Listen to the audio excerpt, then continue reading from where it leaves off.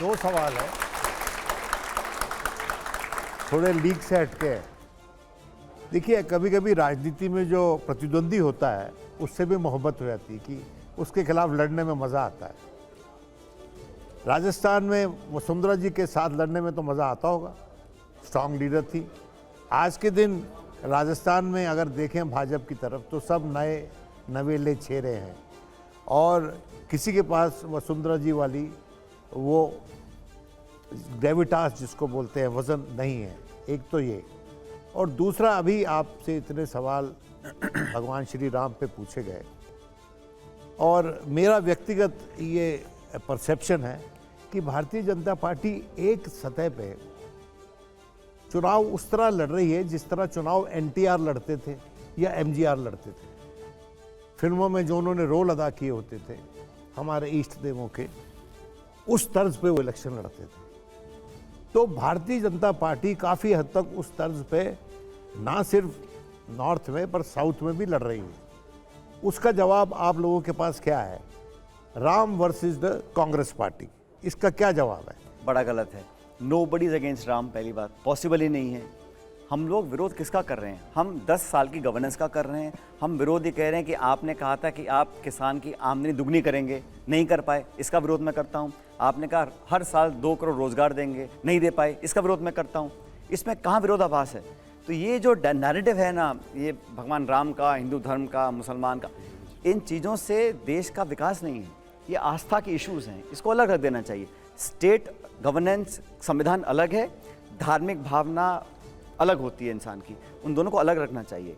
और चुनाव लड़ा जाना चाहिए परफॉर्मेंस के ऊपर ना। 10 साल में जो परफॉर्मेंस है, बहुत सारे सरकारी इश्तिहार में देखता हूँ, हमने ये कर दिया, हमने वो कर दिया, लेकिन जो नहीं किया, मैं तो वो पूछना चाहता हूँ। आज जब से देश आज़ाद हुआ है, सबसे ज़्यादा बेरोजगारी देश में आज है, महंगाई आसमान छू रही है, और अमीर गरीब की जो खाई है वो इतनी बढ़ गई है कि जो अमीर थे वो बहुत अमीर हो गए। इस देश में 1% आबादी के पास 45% देश की संपत्ति है।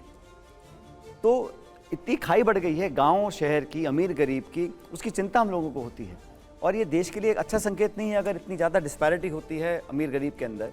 और आज किसान पे जो हाल है, जो 2-5 बीघे में खेती कर रहा है, खाद, बीज, बिजली, पानी, उस पर आपने कहा था एमएसपी पे कानून बनाएंगे, आपने नहीं बनाया। हमारी पार्टी पहली पॉलिटिकल पार्टी है जिसने कहा सरकार बनाने के बाद किसानों के लिए एमएसपी पे कानून बनाएंगे।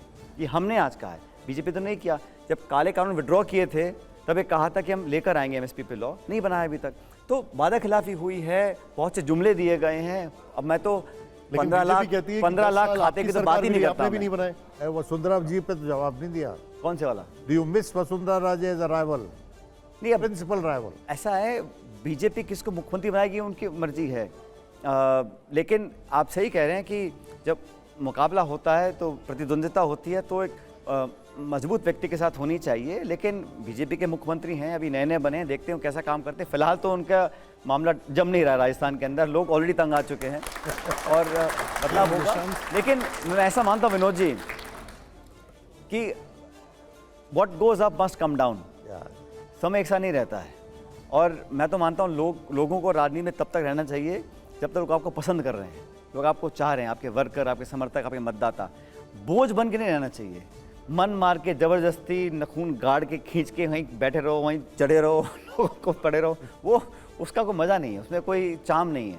ये किसी को मैसेज दे रहे हैं क्या आप? नहीं, मैं तो इनका जवाब दे रहा हूँ। अच्छा सचिन जी, कांग्रेस का कहना है कि बीजेपी ने करोड़ों रुपए खर्च करके राहुल गांधी जी की छवि खराब की है। आप उनके बहुत पुराने दोस्त हैं। असली राहुल गांधी कौन है, कैसे हैं, क्या शौक हैं, क्या किताबें पढ़ते हैं, उनके बारे में जानकारियां कम आ पाती हैं। मैं उनका दोस्त नहीं हूँ, हमारे नेता हैं, पार्टी के अध्यक्ष रहे हैं, इलेक्टेड प्रेसिडेंट रहे हैं, उनके साथ मैंने काम किया है पिछले 20 सालों में। लेकिन ये बात सही है कि सोशल मीडिया और नाना प्रकार के तरीक़ों से उनके इमेज को बहुत ज़्यादा डैमेज करने की कोशिश की है, और ये बात सब जानते हैं। और इतना टारगेट करने के बावजूद भी वो 4,500 किलोमीटर पैदल चले इस देश में, केरला से कश्मीर तक लाखों लोगों से मिले हैं, और जितनी मेहनत के साथ लोगों से जुड़ाव करने की वो कोशिश कर रहे हैं, शायद और राजनेता नहीं कर पाएंगे।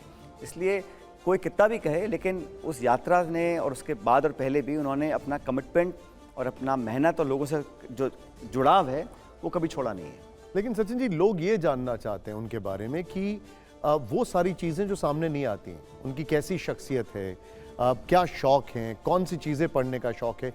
अगर देखिए, किसी के व्यक्तिगत जीवन के बारे में टिप्पणी करना या सवाल जवाब करना मैं नहीं मानता हूँ। एज ए पब्लिक फिगर जो वो कहते हैं वो हम देखते सुनते हैं। बाकी उनकी व्यक्तिगत लाइफ में वो क्या करते नहीं करते हैं, ये मैं उनका एक निजी स्पेस है, उसमें ज़्यादा हम लोग डाइवर्स करें वो ठीक नहीं है। बीजेपी की तरफ से एक सवाल उठाया गया और वो सवाल ये था कि राहुल गांधी और प्रियंका गांधी के बीच मनमुटाव है, क्या सच है? अब वो ऐसा है, मीडिया में नई नई खबर डालने का उनको एक हर सोमवार को शौक है कि कुछ ना कुछ नया डालना है।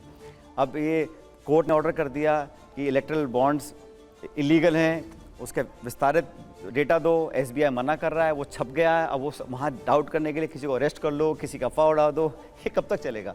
लेकिन ये इस प्रकार की अफवाहों पर हमें ज़्यादा ध्यान देना नहीं चाहिए।